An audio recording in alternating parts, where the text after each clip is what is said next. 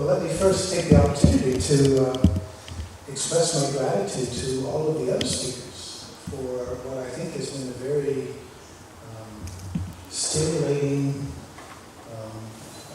what's the best word? I mean, fascinating exploration of a lot of different topics that actually come together quite nicely. I think it's been very successful, and so thank you all. I'm not sure whether I have a clear enough perspective to sort of try to tie everyone together. I'm afraid that's a bit beyond me at this point in the afternoon. But I did want to say something in particular in response to Dr. Lee Rebecca's paper, insofar as it really connected with some things that I've been thinking about and also experiencing in terms of trying to teach eco-dharma. Because you did a very fine job of talking about social construction and how that works, and then you applied it to social justice issues in terms of inequality and racism.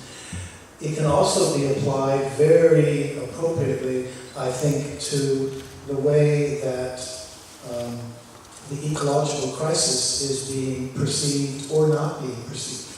It's quite fascinating to me, and again, maybe I can't generalize for Canada, but certainly down in the United States, it seems like we're far beyond Europe in terms of our acknowledgement, our general social acknowledgement of what's going on. And I often have the sense as if there's this massive collective, is it conscious or unconscious, but in any case, there's a real process of collective denial going on in terms of not wanting to accept what's happening because of the implications. Right? And I think there's a lot of factors that come together there. There's been so much propaganda in the United States on the part of some very well-heeled corporations and so forth. So the idea being to obscure the issue and persuade people that the science isn't clear, and so why should I worry about it if scientists can't agree? There's a lot of that. Individuals are also concerned about if we really face that, what does it mean for me individually in terms of my consumerist lifestyle? I'd rather not think about that. So there's a number of things going on, but a major one is, and this is something I experienced trying to talk about climate change with my own family. It's hard. It's like, and one of the reasons I think it's hard, and excuse me for connecting it with what I said about lack before, but there's a sense of our egos, our sense of self is very fragile. And, it's hard to knock on the doors of my neighbors or speak to my siblings when, what will they think of me? It's like I'm disturbing the social agreement. I'm sort of interfering with that. And so as a consequence of all of these factors, of however we can rationalize it or understand it, there's this massive thing that's coming down. For those of us paying attention, something awful, something really big and awful is starting to happen. And we don't know how to deal with it. And so this kind of collective social agreement to pretend it's not going to happen or it's not happening. And that's really, really hard to deal with. But the other side is also implied by what Rebecca said, that just as there's the massive social denial involves people sort of largely reinforcing each other because we don't want to do something different than our neighbors are doing. It can work the other side insofar as people begin to wake up, and then social pressure can actually have the opposite consequence. And I think we're having that, maybe that particular moment in history this week, or at least this is one of the big moments, I'm old enough to remember the Vietnam War and how that slowly built up, and then it got to the point where suddenly people saw the war was unacceptable, illegal, immoral, stupid, and everything changed. And I'm just wondering now, in terms of the kind of huge, massive climate strikes that are going on this week, yesterday, and the rest of this week and so forth, whether that might be one of those huge turning points. I hope so, yeah. Let me just say one more quick thing. Within the Eco-Dharma Center, as I may have mentioned, we're trying to think out what does it mean to have kind of eco-dharma retreats. And a really important part of it, and maybe I didn't emphasize this enough, the other side of this denial, or the other aspect that I realized I forgot to mention, is that there's a lot of grief there. A huge amount of grief, and we just don't want to touch it. Not only because we don't know what to do, but we're afraid of that grief. And what was wonderful was to see how when 28 of us were living together in this beautiful place 24/7 and having nature practices, and how actually living together gave us permission to start to talk to the grief, or to deal with the grief. That it was the collective ability, I'm not saying this very well, but somehow living together, creating trust, spending a lot of time in nature, it gave us permission to access, to touch our own grief, to open up to it, to feel it, to cry together. And that was very empowering, very to sort of, to feel it, to work it through, to go out in nature, to talk to other people, and as a result, to start to feel empowered. And so, I hope we can all begin to touch and feel our grief. Thank you very much. It is, yes, this grief is.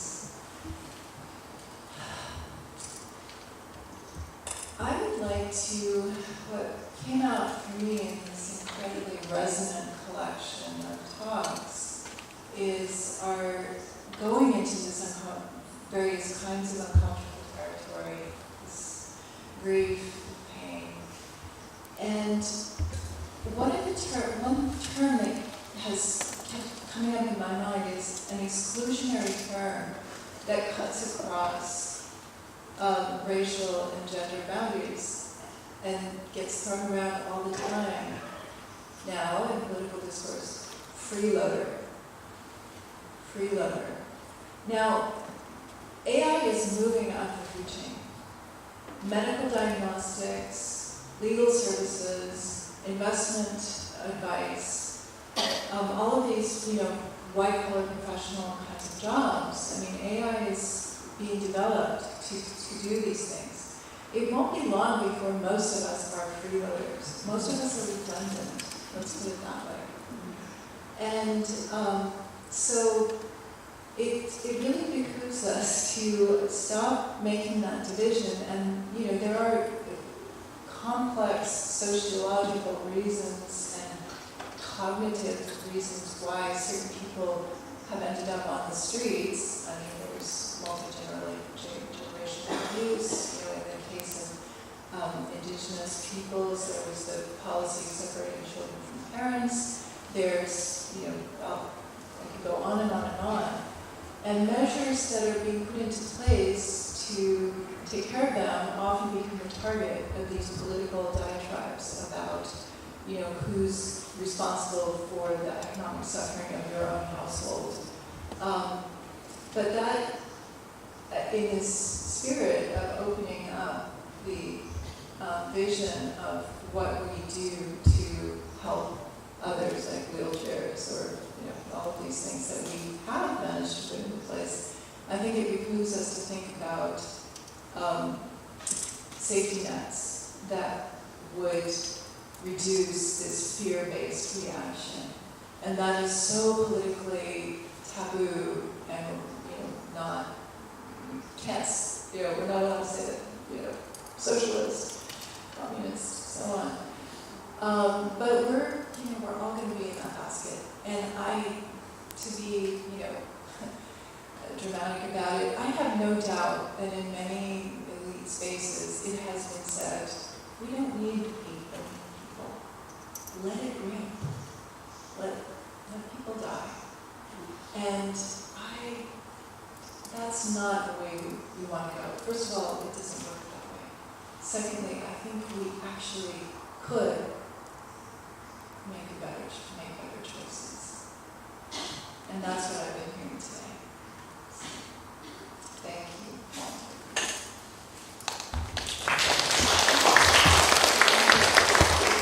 you. Thank you. This has really been an amazing set of conversations, and I'm so grateful to all four of you, the other speakers, for helping me think through new issues. And as you said, as Professor Adamek just said, so much resonance between the papers. I don't think I need 5 minutes, but I was going to just say a little something about this theme of progress and the question of what it means to make progress, because it's a question that's really in the forefront of my mind right now, because of the danger of falling into our traditional modernist view of thinking, well, if we can improve the technology, if we can dominate others, if we have more stuff, then that's progress. That's clearly driven us off a cliff, or with one wheel off the cliff, into a very dangerous position we're in now. And also, it's been something we've known was a distorting bias for a long time in academia and also in the social and political world. But there may be still a place for thinking about a different kind of progress, a kind of social progress where we learn from our previous failures to see one another as fellow human, where we notice our own biases, where we use maybe Buddhist or Buddhist-like strategies to come to see the negative patterns that have been so harmful in the past and find a way to compensate for them, to move beyond them. And that's a form of progress that it seems to me ought to survive the recognition that all things are empty. So it's hard to imagine that having more money than someone else is a sign of my greatness and progress if all things are empty. Or my being better, or someone being of a better race or a better sexual identity or gender identity being an intrinsically better thing. It doesn't work if all things are empty. All conceptual constructs are socially conditioned. But if all things are socially conditioned, then the recognition that our biases are socially conditioned and therefore are distortive. They're things that prevent us from seeing things clearly.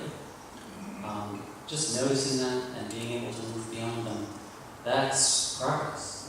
That is progress that can survive a recognition of universal emptiness.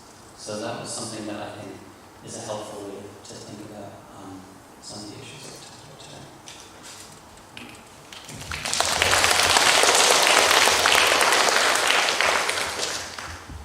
I want to echo my fellow speakers for this wonderful event organized by the organizer. I learned so much from everyone's paper, and I took tons of notes. Because you remember when I was talking about, I make use of examples of sort of how ideas about that supports this ideology of market fundamentalism and the cult of efficiency, so that it creep into all aspects of our life. It's just one example of how cultural ideas sort of become integrated into our life and shape our behaviors and the way we treat each other without any awareness of us doing that. Right? And so some of the notes I took, for example, like Wendy's talk about this concept of economic man. It's another example of such very pervasive idea that like the nature of a human being, we're just sort of this autonomous person and self-interested and being in the market and trying to get what we need, and we come to accept it and believe and buy into it, so that we end up in this situation where we somehow find it difficult to incorporate values into our life when we were totally capable of living our life, embodying a set of moral values. Not too long ago, like a couple hundred years ago, some of us had parents who was like, I don't understand why this is the case. It was very obvious for them that like living a life following a set of moral values is just seems very sensible. So that tells us how we can change our society by just not allowing these ideologies to take over our society when we are not paying attention. And another example that showed up was this idea, I think they've always talk on the idea of like more is better. Like we really fully embrace that, and we embrace it in all kinds of ways, right? So even retreat, there are more participants, it's a better retreat. Like there's just more people there, right? It's not necessarily a better retreat than a smaller retreat, but like we embrace it so mindlessly. We buy into this very destructive mode of thinking, and then of course then it's reflected in our consumerism. The house has to be bigger and bigger, and buy more and more stuff, and when we totally don't need them. So and destroying the environment. So I think as we become more aware of these kind of very subtle cultural ideas that live in our mind, assume that they already live in our mind and shape our life. I think that's a good assumption. But like we are not aware of it, and find and see how they are showing up in all kinds of ways in the decisions that we make in our everyday life. That is the key to our ability to seeing how these ideas drive us to act and interact in these ways that is destructive. Now, that is the emptiness. But the great thing about emptiness is that we can change it. When we change the way we think, when we change the way we act, then we are changing the entire Indra's net. So whenever you think that, oh, this is going to take forever, and no one else is doing this, and it's never going to work, somebody talked about sort of this idea like, I think David, when you were talking about Bodhisattva path and not worrying about the outcome, wondering whether like what I do is important or it makes a difference. Everything you do makes a difference. Depends on what kind of difference it makes though. So like everything we do make a difference. Are we making the right kind of difference is the question. And that's what our Chan practice can help us see clearly. So that's what I've been very much nourished by everyone's ideas, and I love the idea of the distinguishing two aspects of how we make use of secular mindfulness to whether we can become more self-absorbed with it, or actually rediscovering the importance and interconnectedness of us with all beings, and taking on the responsibility of being a member of humanity. And that's very much congruent with what we have been taught by Master Sheng Yen. That's the practice is about taking responsibility for everyone. Thank you.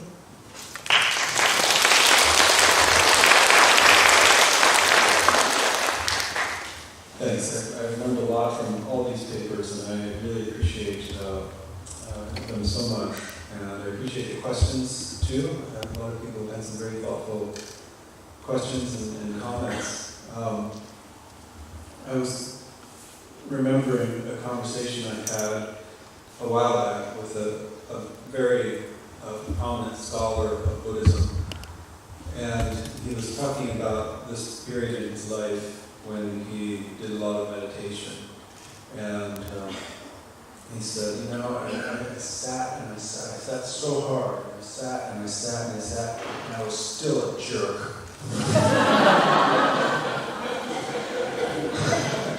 He used a stronger word than that. And I was thinking about that, and I talked to him a little bit about that, and I think part of that was that the versions of meditation that Westerners were taught, I think, when he was getting into it back in the 60s, is that it was kind of ethically neutral in a way. You know, just as I said, a little bit of bits and pieces filtered through. And there was a sense that you should be sort of impassive and indifferent to the fluctuations of life, and there was a kind of detached irony that was to be cultivated. And when I think about this event today, I feel like, at least here, we've gotten beyond that. We care about stuff. And that's always been part of Buddhism. It's never been just about, you know, trying to be indifferent or you know, not be affected by the problems of the world. And I also appreciate in all of our papers, I think, we demonstrated something that those of us who have studied the history of Buddhism know that Buddhism is very porous, that everywhere it's gone, whether it's China or Japan or Tibet or every place, it's really been willing to absorb good ideas and good practices from those cultures. Chan Zen wouldn't exist without, as it is without, it's in the influence of Taoism.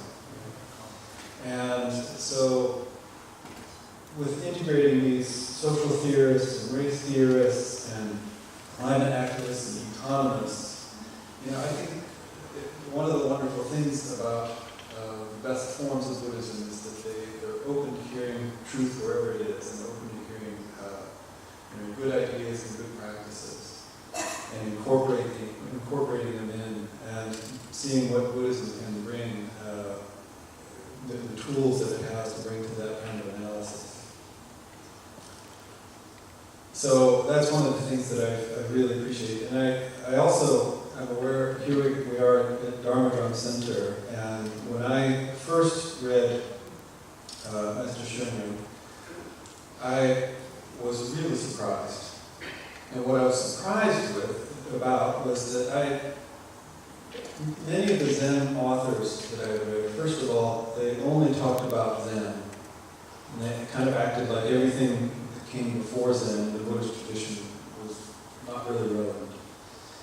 And also, I was really struck by how intellectually robust he was. I mean, he really, in the material that I read, he really just dived into the intellectual content of Buddhism.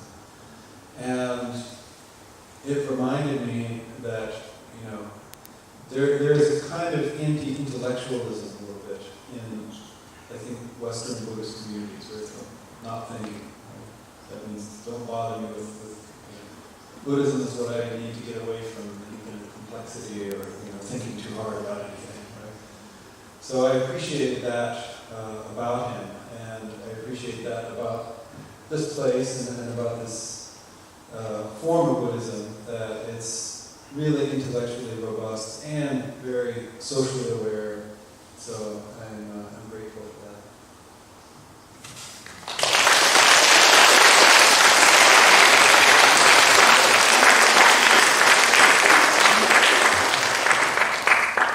Huge thank you to all the esteemed scholars today for sharing your years of wisdom with us. Really give us a chance to reflect and think about what we as Buddhists can do. Thank you everyone in the audience for your enthusiasm and participation. I also thank all the audiences who's with us over the live broadcast for spending such a meaningful day with us in getting a higher level of understanding to the challenges Buddhism and today's society faces. Let's all hope today's event doesn't just end here, but it's a beginning for all Buddhists to actively participate in the society and global issues.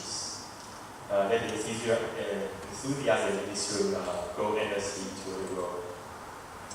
感谢学生们无私的与大家分享这么多年来的累积的经验跟智慧，同时感谢现场的观众那么热心的提问跟参与，也感谢电视前面的观众朋友，跟我大家一起都度过了丰富精彩的一天，对佛法和现代社会面对的问题有更深一层的了解。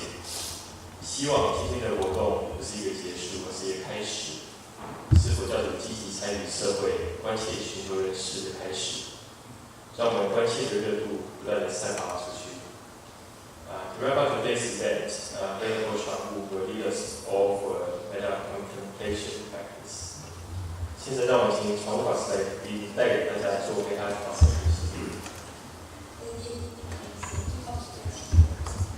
Well, first of all, I'd like to thank all of the 5 distinguished scholars. Wonderful lectures and very inspiring speech and insightful thoughts and opinions. And I also like to thank all the audience. It's been a long day, and I'm pretty sure that you feel very fulfilling and very good learning experience. And also I'd like to thank all volunteers to make this possible.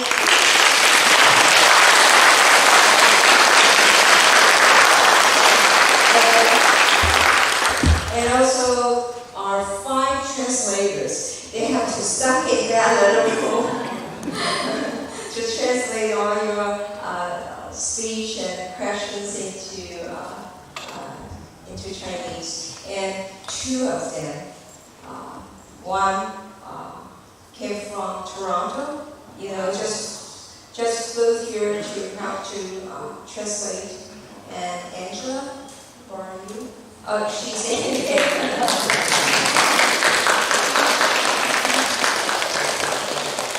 Angela Yu, Angela Zhang, thank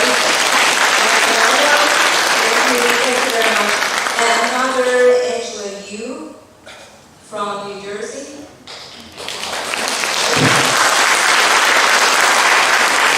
Thank you very much. It must be a very, very good collective, good karma to bring all of us here. And we have been hearing from the scholars, they keep on repeating that it's, all the papers or the talks resonate to each other. It's pretty much what we say here, all feel very much the same. Thank you again. As I said, and Will said, it's not an end. I hope it's the beginning of a new page in Buddhism. That everybody be fully and consciously aware of what's going on in our society and what can we do. And we learn and review what we have learned, know about Buddhism, and actually practice, act on it. To conclude the whole event, what brought us here? Because we all care. We all care about our society, and we want it to be better, more wholesome, beneficial to other people. Not only we ourselves enjoy peace and harmony and calmness, but we also would like everyone else enjoy the same. Thank you. Now please just let us enjoy a moment of peace and calmness. Close your eyes. Sitting in relaxation. You can do a quick relaxation from your head down to your feet. and be aware of the sensations of your body from head all the way down. Place your body weight on your seat and relaxing the whole body.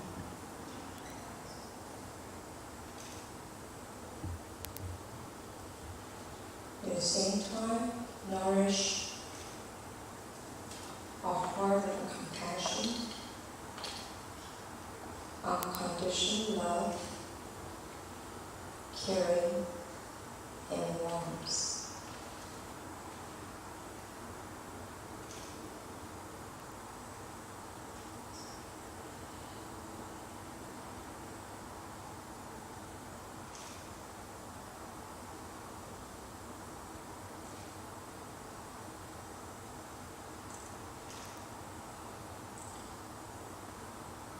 And then I'll start the metta contemplation. So saying 4 sentences of blessings, good wishes, first to ourselves and to all sentient beings, and due to the limited time. After I say each sentence, please recite, meditate in your mind, and sending all the good wishes, begin with ourselves.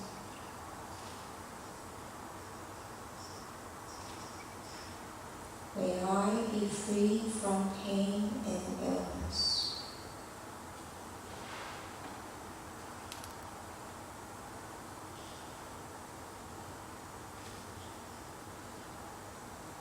May I be free from vexations and sufferings.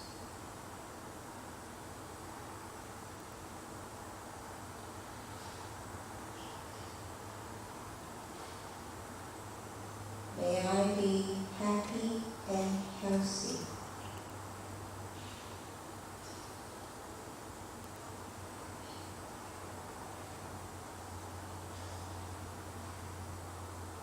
May I be in peace and harmony.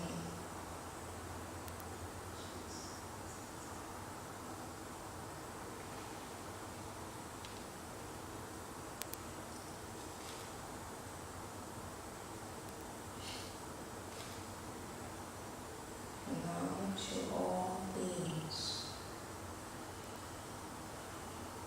May all beings be free from pain and illness.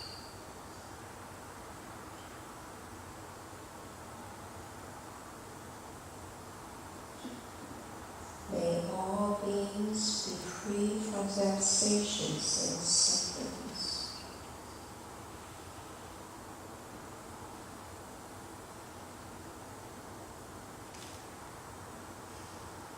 May all beings be happy and healthy.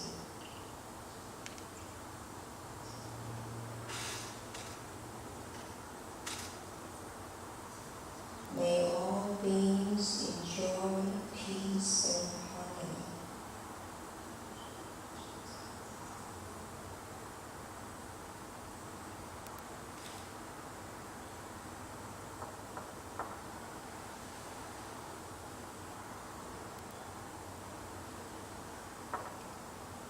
Thank you. Buddhism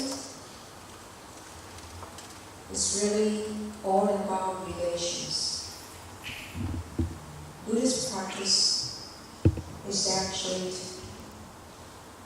the way to cultivate wholesome, harmonious relations, beginning with oneself, the body and mind, and then relations with other people, relations with the world, the environment, the nature, and relation with all beings in the whole world.